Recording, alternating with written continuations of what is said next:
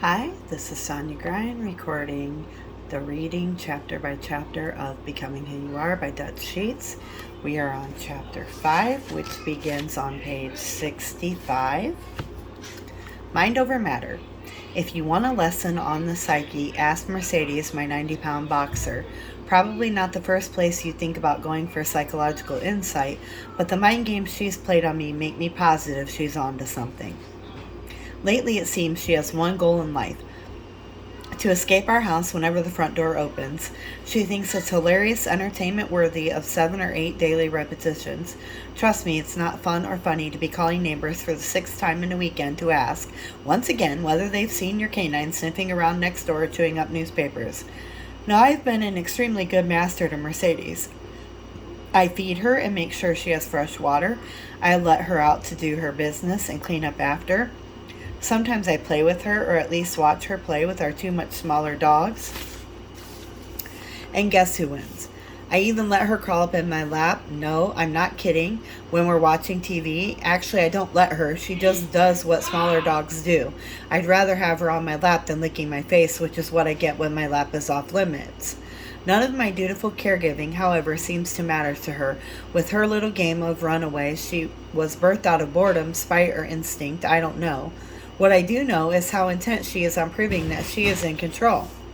Sometimes I open the door to find her staring me straight in the eye as she sits at the end of our driveway. Come on, Sheets, just try and catch me. It's my will against hers, and even if her greatest success so far has only been staying out a couple of hours, in her mind she's a winner every time. In reality, Mercedes is a house dog. If she'd had her way and one day ran away for good, it's doubtful she'd long survive, battling the elements and rummaging for food.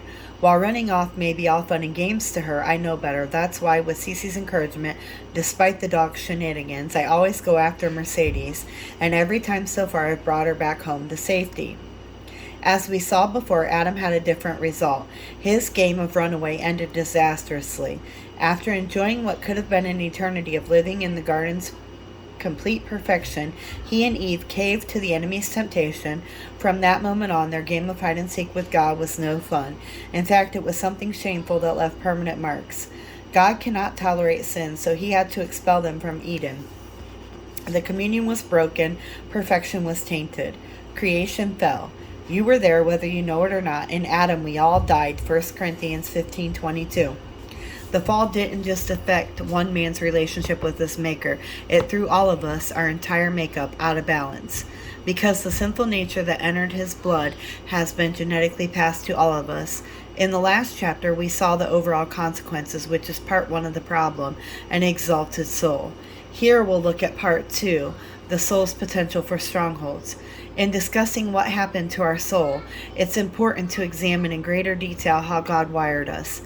If delving into how the soul functions sounds less exciting than a root canal, let me assure you that most people find what we're about to discuss to be one of the most revelatory segments of what's in this book.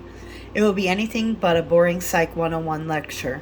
I only took one psychology course in college. I was so confused when it was over that I needed counseling. I seem to remember. Our memories are amazing things. It's said that Seneca the Elder, a famous 1st century Roman orator and rhetorician, could repeat long passages of speeches he'd heard only a single time years before. In fact, the guy was so good he'd impress his students by asking each one of them to recite a line of poetry, and after 200 students had done so, he'd stand up, reel off their lines verbatim in reverse order. Okay, so most of us can't so impress a crowd, but I'm told we all have the capacity for such remarkable memories, whether or not we realize it. The memory serves as a storage bank, a filing cabinet of sorts, where past experiences and information are kept. In combining the soul's intellectual and emotional dimensions, it keeps track of what we see, hear, feel, experience, and so forth. Some contend that everything we've ever seen or experienced is stored there, even though we can't consciously recall it. It's where information is when we say it's on the tip of our tongue. Page 68. Part of our soul is referred to as the subconscious and or unconscious mind, which includes the memory, but does much more than just store information. By far, the majority of our mind's activity takes place there. What's the difference between the conscious and subconscious mind? The conscious mind is what processes cognitive activity. In other words, we're aware of what it's working on. The subconscious mind, however, is what acts involuntary of the conscious. Sub means below the surface. Even while we're asleep, it's turning away. Researchers estimate that the overwhelming majority, perhaps as much as 85 to 90% of what takes place in our brains happens in our subconscious. Most of the time, we're being controlled or at the very least influenced by this aspect of the soul. That is crucial for us to understand as we examine the effect our soul has on our overall being. Our subconscious mind never stops working. It doesn't get tired or even rest. In sleep, our conscious shuts down and our subconscious takes over. Voila, dreams. This is also why God at times speaks more clearly in our dreams. Without consciousness in the way, we can be more open to divine revelation. This tireless part of the brain has an amazing capacity to observe and process. It picks up every minute detail of what's happening around us, every moment, every sound, color, feeling, reaction, etc. In fact, it takes in what we're unaware of, such as what our peripheral vision is capturing, or the audible sounds our ears detect, but our conscious mind doesn't process. According to Hans Moravec, a researcher and professor at Carnegie Mellon's Robotics Institute, the brain has a processing capacity of 100 trillion instructions per second. It's the ultimate filing cabinet. Truly astounding, isn't it? Makes in his image take on an even greater meaning. Not long ago, it was common to hear how the human brain could outcompute any machine. Now, however, it seems our ability to create faster and more complex computers has significantly narrowed the margin. In fact, Moravec estimates that computers are likely to surpass the brain's capacities by the year 2030. For fans of the Matrix trilogy, that's not the most comforting news. Second nature takes its course. The brain isn't storing incalculable data each second just because it's a pack rat. God wasn't just in a complicated mood when he made the subconscious so incomprehensibly complex. It was designed to serve an invaluable purpose. What's housed in the subconscious memory shapes every facet of who you are. What's stored there determines much of your personality, forms your habits, both good and bad, controls your actions and reactions, and basically becomes your belief center. In other words, the sum total of what's stored there works together to determine what you really believe. I'm going to read that again. What's housed in the subconscious memory shapes every facet of who you are. What's stored there determines much of your personality, forms your habits, both good and bad, controls your actions and reactions, and basically becomes your belief center. In other words, the sum total of what's stored there works together to determine what you really believe. Heavy stuff, huh? Let's think about this from various angles. Ponder specifically that our ability to remember facts shapes who we are. Sir Arthur Conan Doyle put it this way: I consider that a man's brain originally is like a little empty attic. You have to stock it with such furniture as you choose. Page 70. A fool takes in all the lumber of every sort that he comes across, so that the knowledge which might be useful to him gets crowded out, or at best is jumbled up with a lot of other things, so that he has difficulty in laying his hands upon it. Now the skillful workman is very careful indeed as to what he takes into his brain attic. He will have nothing but the tools which may help him in doing his work. But of these he has a large assortment, and all in the most perfect order. It is of the highest importance, therefore, not to have useless facts elbowing out the useful ones. The useful facts run the gamut of daily living. Remember learning how to tie your shoes. If you're like me, the first dozen or so attempts, you had to think about each step. Take this string over here, loop it under, make the little bunny ear on this side, wrap it around. Imagine if we still went through that process every time we tied our shoes. Sandal and flip-flop companies would be making an even greater fortune. God made us in such a way that after repetition, our subconscious mind assumes control and does the job for us. Now we can tie our shoes in our sleep, literally.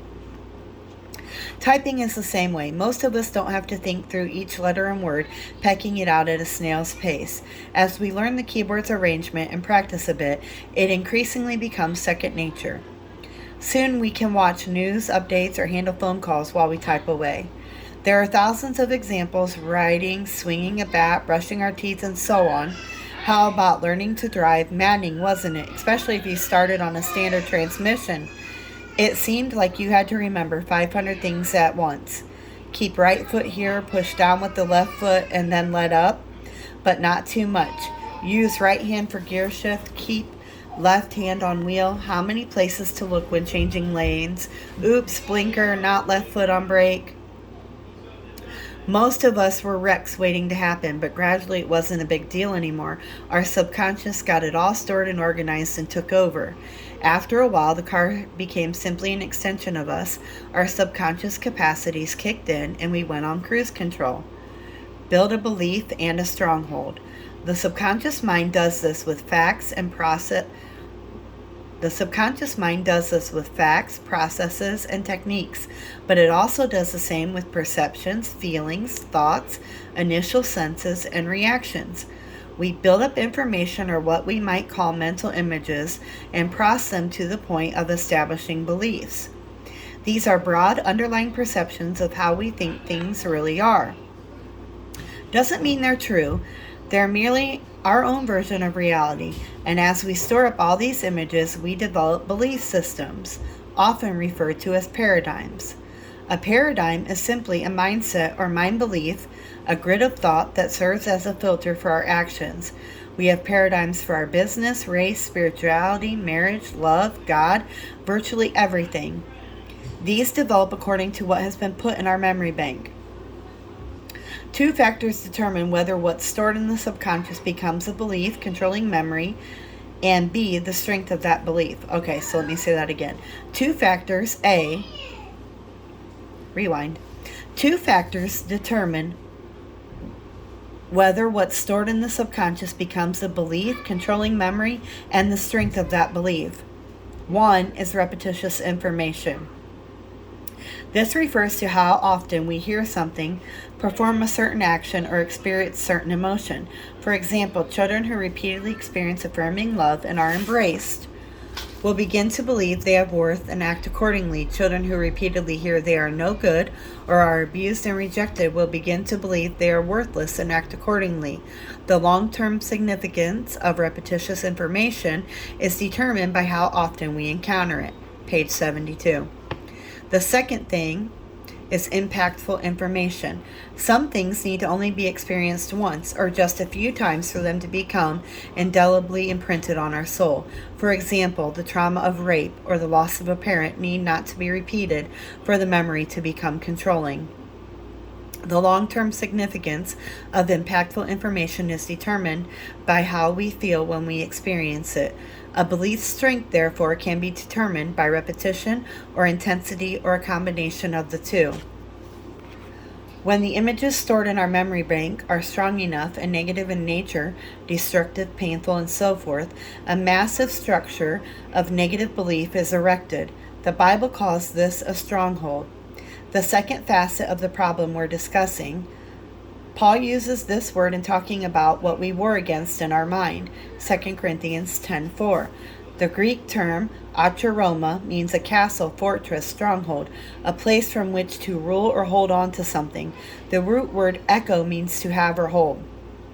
Generically, a stronghold can serve a positive or productive purpose, but in Scripture, the word is used in a negative sense. Strongholds are, biblically speaking, fortresses constructed in our mind from which we can be ruled or controlled inappropriately. I'm going to say that again. Strongholds are, biblically speaking, fortresses constructed in our mind from which we can be ruled or controlled inappropriately.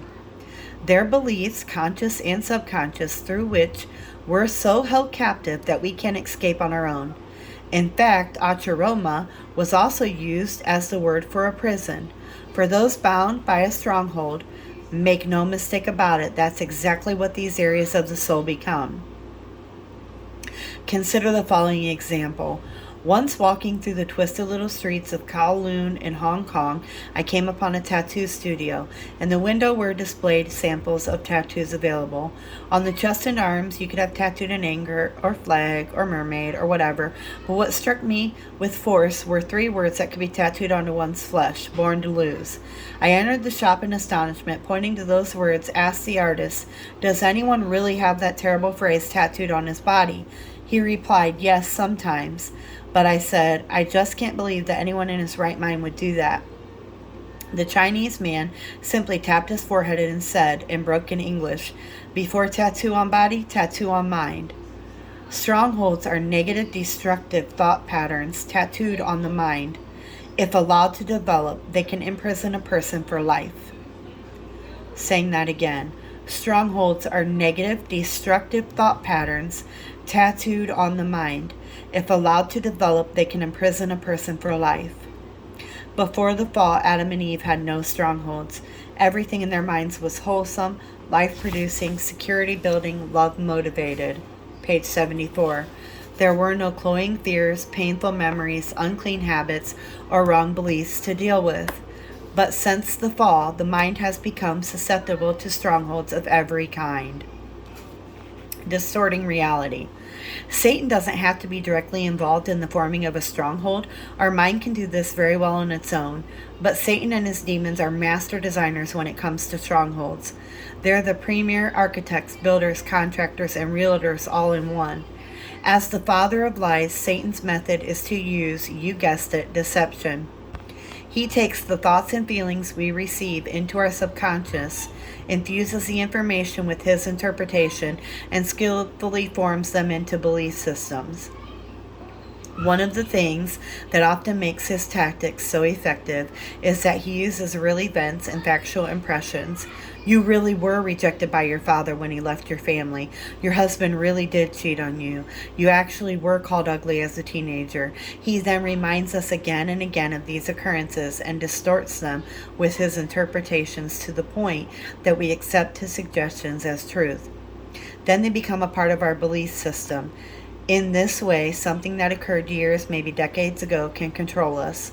In keeping with how the soul works, this leads to another important point. What happens to us, the facts and events, is not really what creates a stronghold. What we believe about what happens to us creates a stronghold. I'm going to read that again. What happens to us, the facts and events, is not really what creates a stronghold. What we believe about what happens to us creates a stronghold.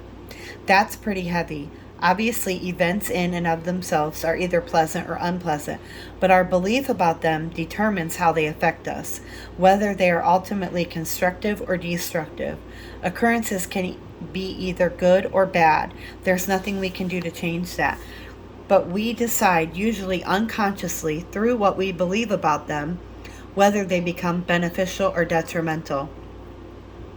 Put another way, when it comes to destructive events, our present struggles have more to do with defensive images and beliefs we hold now than the actual victimization of the past. These images and controlling beliefs are usually formed unconsciously, often as coping mechanisms. The human will to survive, no matter what survival looks like, is a staggering force. So we develop ways to coexist with negative events in our past that have defined our reality for us. We form coping responses that help us make life work or minimize the pain we feel. For example, we build relational walls to protect us from getting abused or rejected again. We discover how to fake intimacy with people so that we really don't have to get close to them and risk being hurt all over again. The tragedy is that when we use coping mechanisms like these, we're simply reinforcing the stronghold, adding another brick to Satan's fortress inside of us. All of us have faced these crafty schemes of the enemy. Obviously, this is not how God intended it to be. You don't easily forget a stronghold. It's no small thing to deal with strongholds. They are a very serious issue. When they're strong enough, they can cause people to turn psychotic. One day, a father is living what seems to be a normal life with his wife and 2 kids. The next day, he shot them all in his own home and turned the gun on himself. Why? Because he was abused by his dad as a little boy, and buying into the beliefs of fear and inadequacy, was convinced he was a failure as a husband and father. Strongholds of the soul are what drive mass murderers, rapists, child molesters, wife beaters, etc. Sure, demonic forces are at work in those situations, but they operate through strongholds of the soul. Page 76. Most of the fortresses you and I deal with are not that severe, but nonetheless can be just as controlling. For instance, when I was in 4th grade, I was thrown in with the youth group at my church for a scripture memorizing ordeal. We were supposed to memorize a few verses, then go in front of the entire congregation and recite them. For some reason, when it was my turn, I completely froze. I couldn't remember those scriptures for the life of me. Normally, when something like that happens, the leader is kind enough to help prompt you along. Not for me. Rather than help me by offering some clues, the person actually started ridiculing and making fun of me in front of everyone. It was totally humiliating. As I stood there, I began to cry, which then embarrassed me even more. And believe it or not, the leader actually got angry at me for crying in front of everyone and began to mock me. Then I was told to go sit down. It was a horrible experience that left such a mark on me that until my sophomore year in college, I couldn't stand in front of people and talk. I'm not exaggerating when I say that my brain was suddenly shut down. Everything in my head would revert back to my 4th grade experience, and my mind would go completely blank. Talk about a stronghold. This experience consumed and bound me. It didn't make any difference what I consciously tried to do to change my image or belief. Whenever I faced a public speaking situation, my subconscious triggered the same reaction and the strength of the stronghold grew. I believed wholeheartedly that I would never be able to speak in front of people. Looking back, perhaps an evil spirit was at work that day, knowing the call of God on my life. Granted, our enemy doesn't know everything, but I believe that through observation, he's well aware of what God's doing in a person's life and pounces on any opportunity to destroy or ruin that progression. Even at that young age, especially at that young age, the enemy of my soul was trying to thwart what God had desired for me. It wasn't until I was 21 years old that this stronghold was broken in me. That's how subtle yet powerful Satan can be in erecting strongholds in our life. Banking in the brain. My experience shows how fundamental the subconscious mind is in forming and shaping our beliefs. And it brings us to another critical point for understanding strongholds. They produce involuntary actions. What is believed in our subconscious mind is what we will ultimately act out, whether or not we want to, whether or not we realize it's why we're acting a certain way, and even if we're not consciously aware that the stronghold exists. Bummer. I didn't realize that until much later in life, why I was so petrified of speaking in public.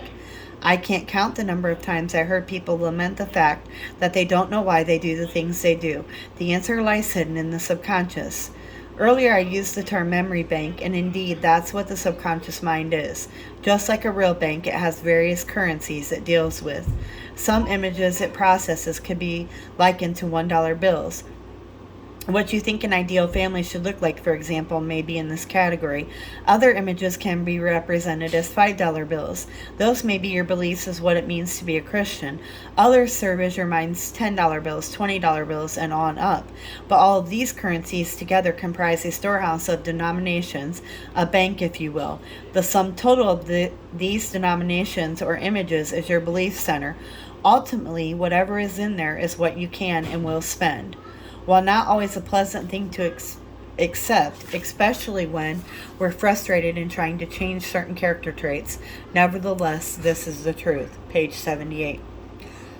But once we understand that the subconscious deals with the overwhelming majority of the brain's activity and does so without our consciously being aware of it, it makes sense that our subconscious has the real say-so in what we believe and how we act. We may even consciously choose to believe something else. But until it is accepted and believed in our subconscious, our belief center, we will not permanently change. If for most of your life you've struggled with a negative self-image, then you've no doubt discovered by now that you consciously choosing to believe something contrary to what's in your subconscious doesn't bring lasting difference. Maybe you have anger issues and you have repeatedly determined that you will no longer yield to the rage. But when you find yourself in a situation that touched that hidden place inside of you, something seemingly uncontrollable and probably not understood starts to rise up from deep within. This will always be the case until what's in the subconscious, the storage bank, your belief center, is changed. I've counseled countless people who go through this. Eventually, they found that while it was wonderful when their conscious mind accepted a new paradigm of truth, their subconscious mind still had to receive it. Otherwise, deep within their belief center, they were still controlled by a stronghold. The subconscious is not changed simply by a conscious choice. I had a friend who was a pastor in New York.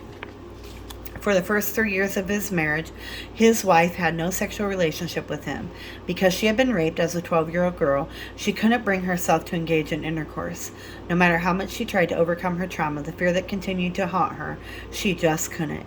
It wasn't that she was naive about the situation or too stubborn to seek help. She received counseling. She tried consciously choosing to believe the truth about herself, her husband, and the pleasure God intended for a husband and wife through the intimacy of intercourse. And as a pastor's wife, she'd heard countless sermons about God's ability to free her. But ultimately, none of this made a difference because she hadn't successfully changed the negative content that resided in her subconscious mind and shaped her beliefs. When she found herself in a similar enough circumstances to the original trauma, the subconscious, the memory, sent the information to the surface, and her past began to control her present. The circle of soul life. We often hear the term willpower in discussing how to overcome a stronghold. I've heard it said, set your will and you can do this. Yes, the will causes us to act, but it does so based on what's in the mind and emotions. The will is directly controlled by these two other parts of the soul. Its hands are tied by what the mind and emotions pass on in it. Stated another way, the entrance to the will is through the mind and emotions, which, as we have already learned, includes the subconscious memory. We have to go through the mind and emotions, including this storage bank of memories, to get to the will and turn something into action. Wouldn't it be easier if we could simply make a decision from our spirit, bypass what's in the soul, and just be like Jesus all the time? Unfortunately, that's not possible. Let me reinforce what I've been saying by illustrating exactly how the entire process of the soul works. There's a diagram in your book that shows it's the memory and subconscious mind in the mind and emotions, and that activates the will. When an event, word, sound, feeling, etc. enters your soul, your spouse makes a statement, you see a billboard, you perceive a certain scent, whatever occurs, it first goes to your subconscious mind, not the conscience. This is why subliminal advertising works so well. Marketers have learned how to concentrate on the part of your brain that really makes the decisions. So the outside stimulus is first received into your subconscious, which has filed every single detail of past occurrences. Remember how incredibly acute the memory bank is. Like a Google search, within a nanosecond, it searches massive archives for anything that even remotely connects to this new information. Perhaps a smell triggers childhood recollections of your grandma's kitchen. A color scheme reminds you of last summer's beachfront vacation spot. Or, on the negative sign, a disagreement in a meaningful relationship evokes memories of the friend or parent who walked out. Page 81. An opinion or impression is formed before you even have time to consciously think about it. That's amazing and has staggering implications. I remember meeting a guy who had just returned from Vietnam. He suffered from post-traumatic stress disorder. In his case, any loud noise triggered an involuntary reaction. I saw this firsthand one evening while in his apartment. We were thick into conversation when someone in the outside hallway slammed their door. Before I knew what was happening, he jumped out of the seat, leaped over the couch, and was crouched in a shooting position, all before he'd even had time to think about it. He was terrified and then embarrassed. When things settled down, I learned that he'd reacted this way out of necessity during the war when coming under fire. His brain had processed those events in such a way that any sound reminiscent of gunshots automatically triggered a similar response. The same kind of reflex can occur with those who have been abused. I once stood next to a boy who had been apparently beaten so often that when I made a sudden movement with my arm, he instantly flinched and covered his face. It was heartbreaking. In each case, the person's subconscious took a bit of information that seemed reminiscent to a pattern of pain or trauma and made an instant association. Instantly, it pulled the file of the haunting memory, and the result was repeated involuntary reaction.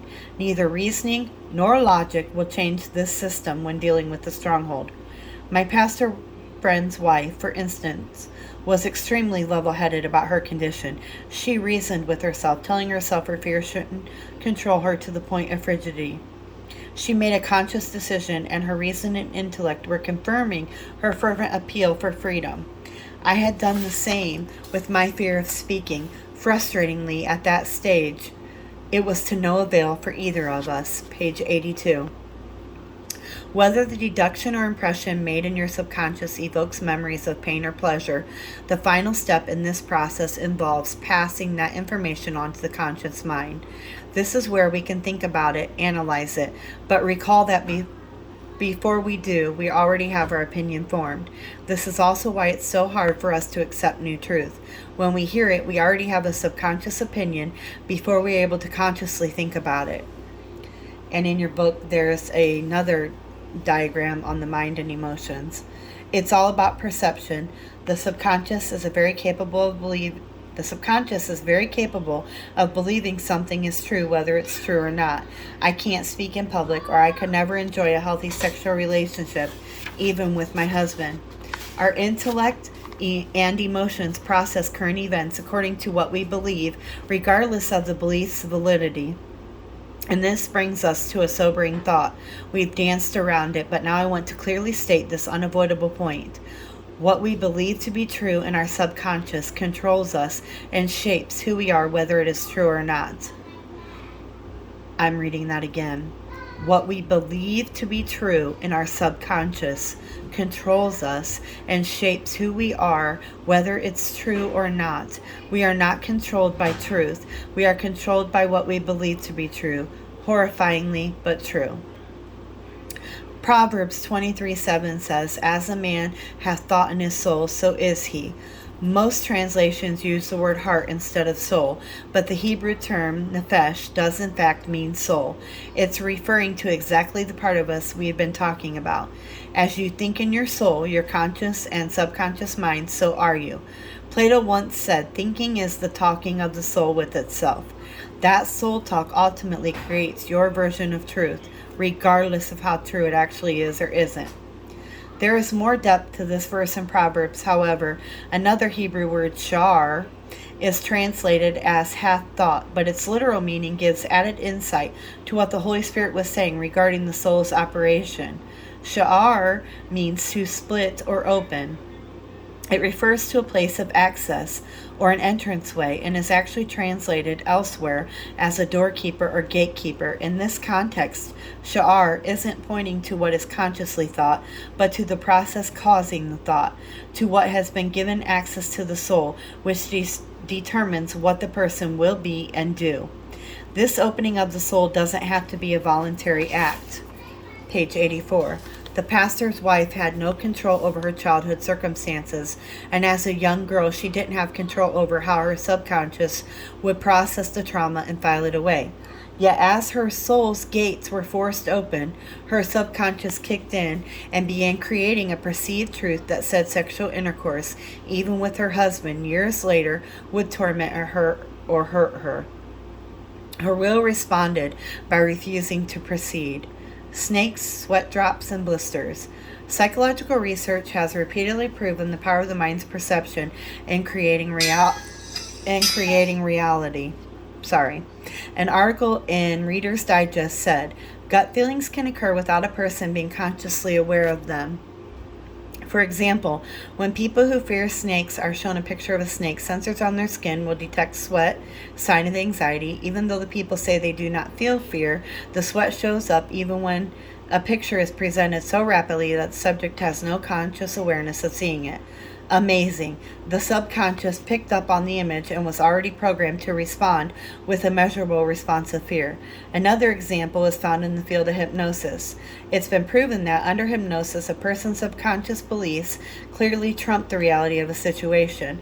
One hypnotist told his subjects to hold out her hand and then announced that he was going to put a hot coal in it, but instead he placed an ice cube there.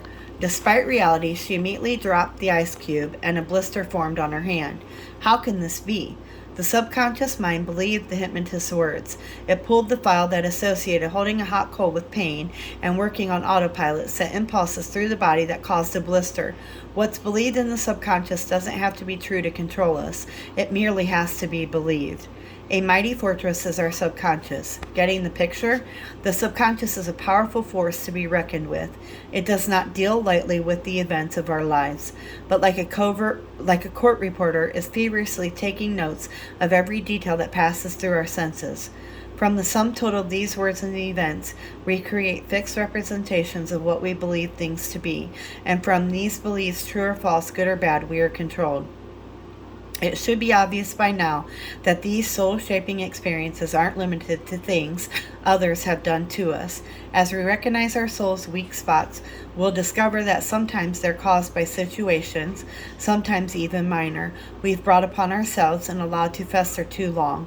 A slight problem with envy that was never truly uprooted, a tiny habit of cheating that we never faced head on, a little bit of laziness that never got straightened out. But don't forget, the enemy of our soul will take any ground he's granted, and territory gained inch by inch over the years becomes a matter of miles. It's time we tear down the strongholds, whether we created them ourselves, had them forced upon us, or that Satan has built. How do we carry this out? How do we keep future strongholds from being built?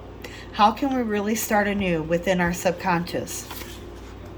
Page 86, especially if it's not a matter of just telling our conscious mind to get better. These are questions we will continue to answer with various strategies throughout this book. For now, remember this. Before the fall, every facet of Adam and Eve's souls was controlled by the Holy Spirit. They were governed by His knowledge and His presence. Everything was in perfect balance, in perfect order. They didn't struggle with strongholds or listen to enemy lies. They were one with God, walking in complete union with their Maker. That's not just a pep talk to get us yearning for the days of Eden. As we'll see, it's a reality that God has every intention of restoring if we'll allow Him.